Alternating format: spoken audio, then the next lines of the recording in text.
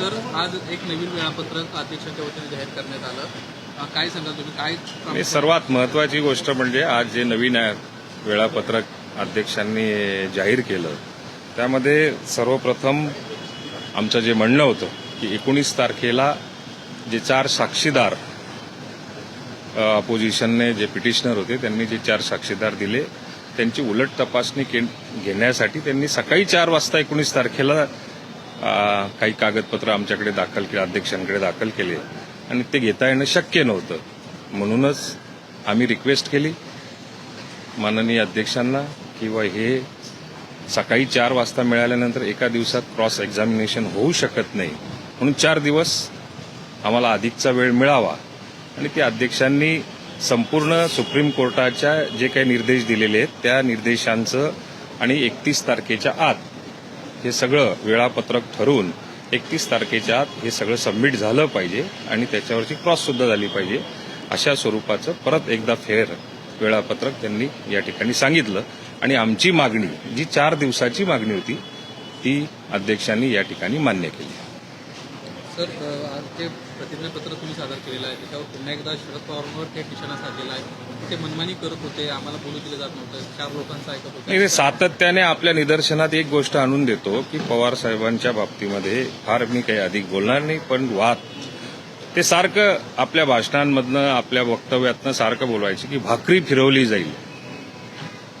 भाकरी फिरवली जाईल याचा अर्थच असा असायचा की पक्षामध्ये फार मोठ्या प्रमाणावरती असंतोष आहे, नाराजी आहे.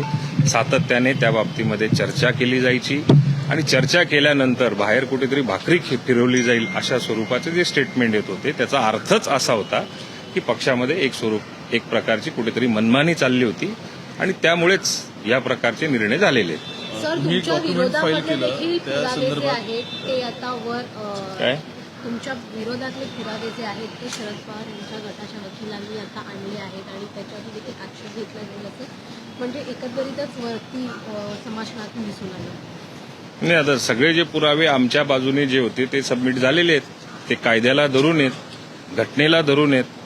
जो आमचा अधिकार आहे ते सगळे आमच्या अधिकार क्षेत्रातली जी काही पुरावे असतील ते आत्ता कोर्टासमोर सबमिट झालेले आहेत. त्यामुळे त्यांनी काय सबमिट केलेले आहेत याच्यापेक्षा आम्ही जे सबमिट केलेले आहेत तेच अंतिम सत्य असणार आहे आणि तेच अंतिम सत्य आहे. तुम्ही काही डॉक्युमेंट्स उशिराने सबमिट केले ज्याच्यावरती आता आक्षेप घेण्यात आला होता पवारच्या वकिलांनी. ॲडिशनल असले कुठले डॉक्युमेंट सबमिट करण्यापेक्षा आमच्याच आमदारांचे ॲफिडेव्हिट जे परत आम्ही तुम्हाला सपोर्ट करतोय अशा स्वरूपाचे ॲडिशनल ते डॉक्युमेंट्स आहेत आणि ते ग्राह्य धरले पाहिजे.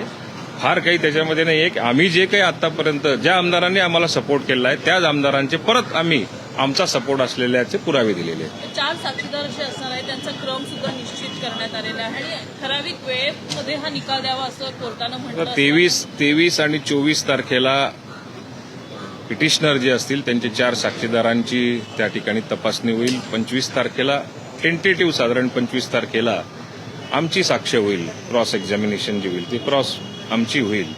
26ला सुट्टी असणार आहे आणि 27ला परत दोघं पक्षकारांचं जे काय असेल ते म्हणणं त्या ठिकाणी ऐकलं जाईल आणि 31 तारखेच्या जो टाईम बॉन्ड कार्यक्रम करावा लागणार आहे ते टाईम लिमिट जे ठरवलेलं आहे ते 31 तारखेपर्यंत माननीय अध्यक्ष त्याच्या बाबतीमध्ये ठाम आहेत. 31 तारखेपर्यंत ते संपवायचं. सर, एक महत्वाची बाब अशी आहे की तुम्ही आत्ताच म्हणलात की पुन्हा एकदा आमदारांचे शपथपत्र सादर केलेले आहेत. असे ते आमदार आहेत का ज्यांना त्यांची भूमिका जी आहे ती मधल्या काळात बदलली होती? काही मुक्तदाबा पाटील असतील, अशोक बापू पवार असतील, अशा किंवा अतुल बेनके असतील, यांना जे शपथपत्र आहेत पूर्वी तुमच्याकडे दिलं, परत त्यांच्याकडे गेलं, परत तुमच्याकडे दिलं, असं काही आहे? नाही, मध्ये मीडियाच्या माध्यमातून किंवा कुठल्या ना कुठल्या माध्यमातून असा आरोप केला जायचा हे इकडे हे तिकडे. हे वारंवार त्यांना ऐकावं लागायचं. त्यांनी ऑलरेडी आम्हाला शपथपत्र लिहून दिलेलं होतं, परत त्यांनी अजून आम्हाला दुसऱ्यांदा लिहून दिलं, अजून तिसऱ्यांदा मागायची वेळ आली तर तिसऱ्यांदा ते देऊ शकतात. एवढे कॉन्फिडंट आमच्या पाठीमागे असलेले सगळे जे आमदार आहेत ते आहे याचा सत्यपुरावा त्यांनी दिलेला आहे. मनोज जरांगे यांनी सरकारमध्ये तणाव वाढलाय अशा पद्धतीची एक चर्चा समोर येते. एक मतप्रवाह सरकारमधला असा आहे की आता त्यांची चर्चा करायला नको, कारण जर त्यांना सांगण्यात आलं होतं, त्यांना आश्वासन देण्यात आलं होतं तरी देखील हे मोर्चाखालीच हाती काढताय. नाही, आता मनोज जरांगेंच्या माध्यमातून सातत्याने गेल्या अनेक महिन्यापासून आपण सगळेजण बघतायत सरकारने आपली भूमिका अतिशय स्पष्टपणे ठेवलेली आहे. कुणबीच्या जेवढ्या नोंदी सापडलेल्या असतील त्या नोंदींप्रमाणे सगळ्यांना त्या ठिकाणी आपापलं जे हे असतं काय म्हणतात त्याला जात पडताळणी पत्र प्रमाणपत्र ते देण्याचं काम सुद्धा फार मोठ्या प्रमाणावरती सरकारने केलेलं आहे. त्यांच्या ज्या ज्या मागण्या असतील त्या मागण्यांवरती सातत्याने सरकारने त्या ठिकाणी योग्य तो प्रतिसाद दिलेला आहे. आत्ताही त्यांना विनंती केली होती की काही काळानंतर आपण याच्यावरती ठोस भूमिका घेऊन हायकोर्टामध्ये किंवा सुप्रीम कोर्टामध्ये हे आरक्षण टिकण्याच्या दृष्टिकोनातून ज्या ज्या काही समित्या नेमल्या असतील, जे जे अभ्यासक नेमलेले असतील की मराठा समाजाला कुठल्याही परिस्थितीमध्ये आरक्षण मिळालं पाहिजे, त्या दृष्टिकोनातून सरकारने फार मोठ्या प्रमाणावरती निर्णय घेतले. त्या ठिकाणी कार्यपद्धती आपली अवलंबलेली आहे आणि तरीसुद्धा हा मोर्चा काढण्याची आवश्यकता नव्हती. मला असं वाटतं, हे माझं वैयक्तिक मत आहे, की सामंजस्य भूमिका घेऊन काही ना काही वेळ अजून दिला असता तर त्यातून अजून चांगला काहीतरी निर्णय झाला असता आणि तो होणारच आहे. झाला असता म्हणण्यापेक्षा शासनाच्या वतीने, सरकारच्या वतीने मराठा समाजाला आरक्षण कसं दिलं जाईल याच्यावरती फार मोठ्या प्रमाणावरती प्रयत्न केला जातोय. कुठल्याही आरक्षणाला त्या ठिकाणी धक्का न लागू देता तो मराठा समाजासाठी आरक्षणाचा मुद्दा रेटून नेण्याचं काम आज सरकारच्या माध्यमातून प्रयत्न केले जात आहेत. सर, संजय राऊत म्हणताय की सरकारला मुख्यमंत्री एकनाथ शिंदे यांच्याकडे राजकीय प्राधान्य आणि दोन समाजाचा विरोधाचं काम आता त्यांच्याकडनं केलं जातं दोन्ही नेत्यांकडनं. त्यांनी मनोज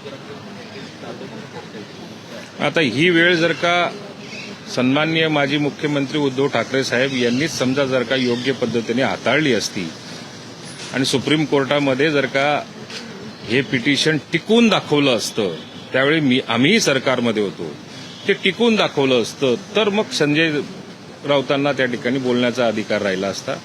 आपल्या नेत्याचं अपयश हे आता महाराष्ट्राला कुठे भोवतंय याच्यावरती संजय राऊत साहेबांनी त्या ठिकाणी चिंतन मनन केलं पाहिजे.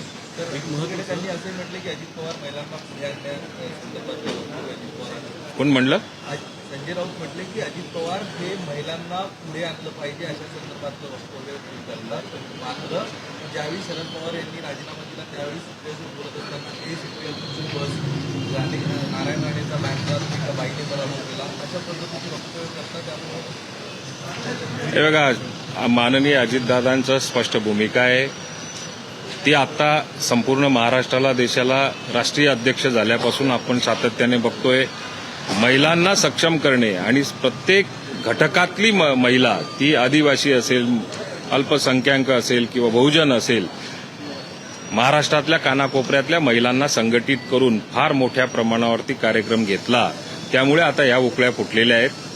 मागचं काय आताचं काय असं दाखवण्याचा प्रयत्न केला जातोय. पण अजितदादांचा स्वभाव हा मूळचा असा आहे की महिलांना सुरक्षा मिळाली पाहिजे आणि त्यांचा सन्मान झाला पाहिजे. हीच भूमिका मागेही होती, आजही आहे आणि उद्याही राहणार आहे. एक महत्त्वाचं अधिवेशनात घोषणा करण्यात आली होती अवकाळी पावसासंदर्भात तुमच्या खात्यातून आणि मुख्यमंत्र्यांनी पण सांगितलं होतं की एसडीआरएफचे निकष वगैरे शिथिल केले गेले, पण अजून शेतकऱ्यांच्या खात्यात जे पैसे जमा व्हायला पाहिजे ते पूर्णतः झालेली दिसत नाही.